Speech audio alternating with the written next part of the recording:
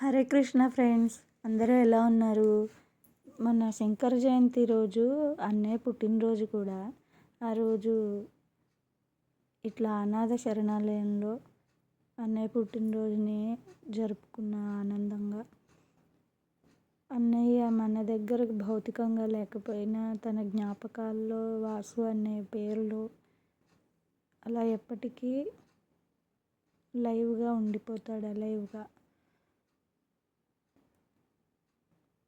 పిల్లలు చాలా talented friends. మనం అనుకుంటాము అనాథ పిల్లలు అని, అయ్యో అని జాలి చూపిస్తాం, కానీ వాళ్ళు మనకంటే చాలా చాలా చాలా స్ట్రాంగ్, మనకంటే హై టాలెంటెడ్. మనం వాళ్ళని చూసి చాలా విషయాలు నేర్చుకోవాలి. ఎంత ఒబీడియంట్గా ఉంటారో, ఎంత టైం పంక్చువాలిటీ, డిసిప్లైన్ అన్నీ ఉన్నాయి వాళ్ళ దగ్గర.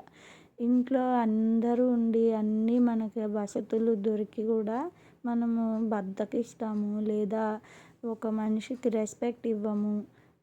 ఒక దేవుణ్ణి కూడా మనము ప్రాపర్గా పూజ చేయలేకపోతున్నాం.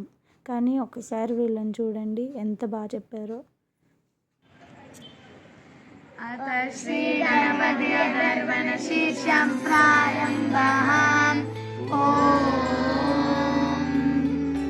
గణానాం త్వా గణపతిం హవామహే కవిం కవీన ఉపమశ్రవస్తమం జ్యేష్ఠరాజం బ్రహ్మణాం బ్రహ్మణస్పతాయ శృణ్వన్నోతిదీక్షితసాదనం ప్రణో దేవి సరస్వతి ద్వాదశేర్వ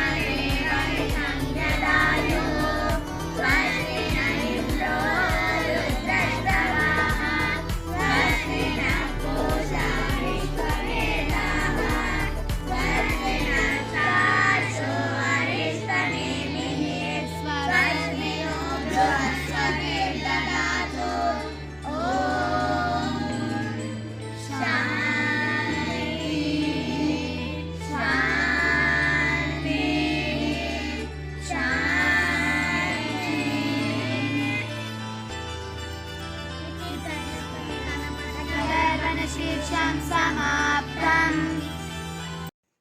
ఆగండి ఫ్రెండ్స్, అప్పుడే వెళ్ళిపోవద్దు. వాళ్ళు తెలియకుండా గణపతి ప్రార్థన చేసినా కూడా అది అన్నయ్యకి ఇష్టమైన దైవం గణపతి.